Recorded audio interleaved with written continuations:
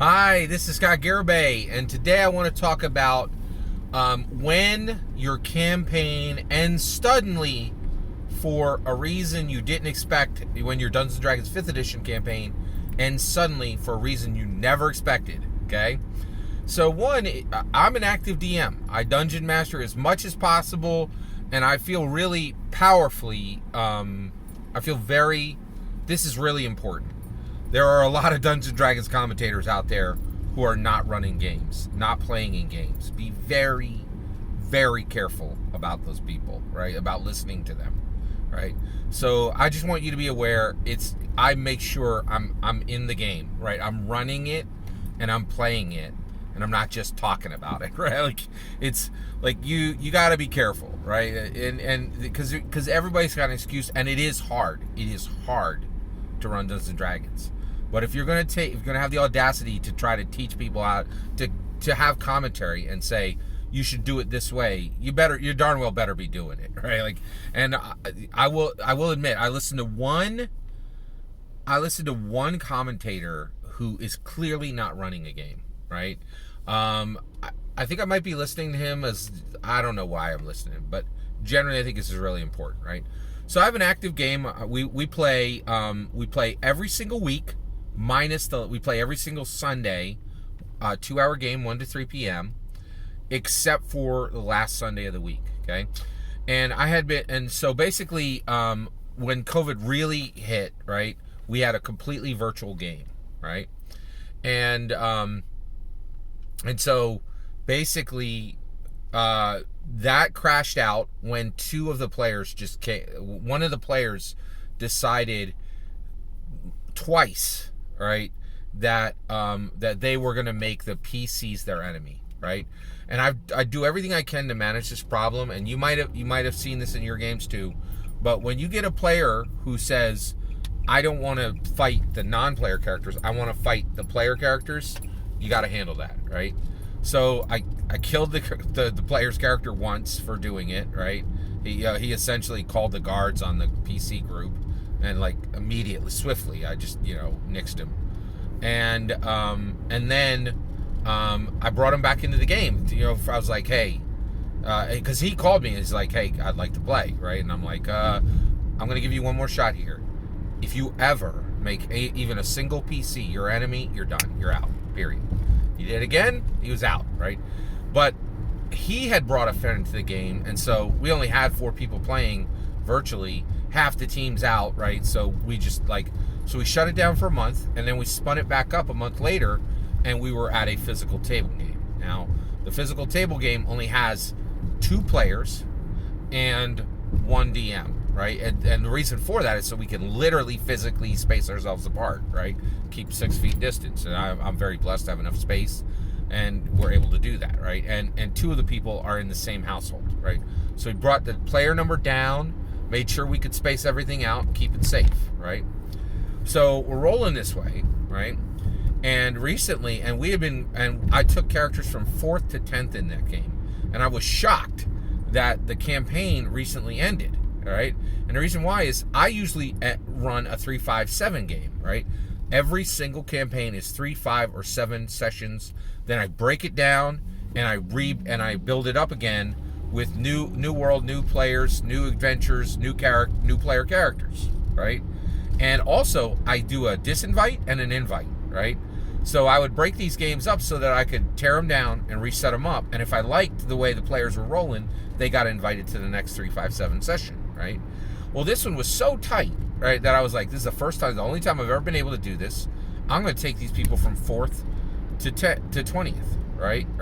And so the game was going great. Everybody from everything I could tell, actually, literally every week, one of the players was telling me, I'm just having the best time ever. I love this, right?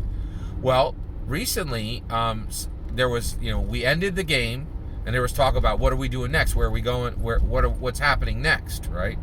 And one of the players was like, you know what, man? I'm running this fighter, and I'm not really feeling this fighter anymore. I want to play some other stuff, right? So he wanted the campaign to end because he desired to play a new character, right? And I was fascinated by this because his character was doing great from a magical item perspective and powers. Is a very powerful character, but his desire, he's growing in his growing in his Dungeons and Dragons player skills, and he's like, you know what? I'm excited about playing other classes, right? Other lineages, right? And I think one of the reasons why he was feeling that is, one, as the fighter of the group, we had a rogue. He was a fighter in the rogue, and the rogue just dances around, takes 1/10 the damage he does, and and that's rough on him every week, So he was like, yeah, I think I'd be down for starting something new if I could play a new character, right? Now, I thought it was interesting that he was linking, hey, so he's saying, and I even said, well, okay, let's have this conversation.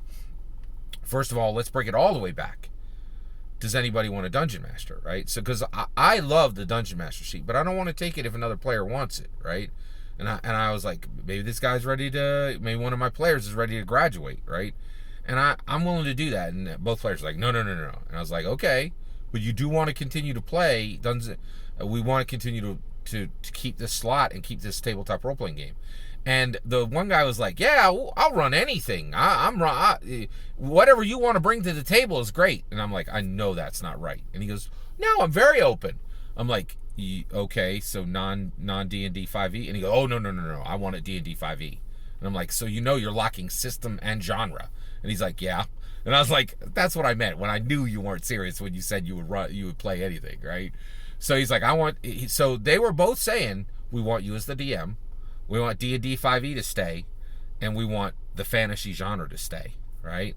So they're just saying, hey, and we had reached a point where I would say 2/3 of the story threads were closed. And I run a game where they're like, well, when does this story end? I'm like, the way I build stories is never going to end, right? We just reached a really good point where about 2/3 of the threads are tied up. We're never going to reach a point where all the threads are tied up, because I'm telling complex stories and there's always going to be people coming in and there's quests from every direction, right?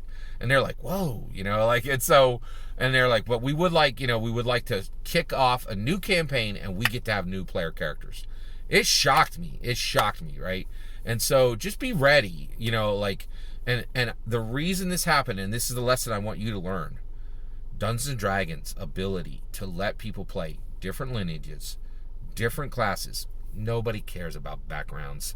Different lineages, different backgrounds is huge, right? Dwarf Rogue, ASMR Bard, right? Turtle Monk, right? Tiefling Druid. It's powerful. It is the siren that will call your ships into the rocks, right? Okay, so I'm very honored that my players don't want me to change as the Dungeon Master, don't want D&D 5e to change. Actually, I would love to see that change and run some other stuff. But I've learned, man, D&D 5e eats the world. And if you don't understand that, you ain't paying attention, right? And then they want fantasy to stay the same. They just want to run new characters, right? And they're like, and I think they're confident that I'll build up compelling story arcs in this new one, and they're right, I will, right? But I don't want you to be shocked. So just be your game can end quick. It can end quick, right? I'm an experienced dungeon master, and I was shocked how fast this one spun down, right? I'm comfortable with it. I'm glad everything's going the way it is, but don't be surprised. Don't think you have forever. If you got a notebook full of all your notes and you think you got 3 years, you don't, right? Keep your campaign short. Learn this lesson. That's my take. If you think I'm wrong, let me know in the comments below. If you think I'm right, dance a jig in the comments below. Please consider liking and subscribing, and have a wonderful millennium.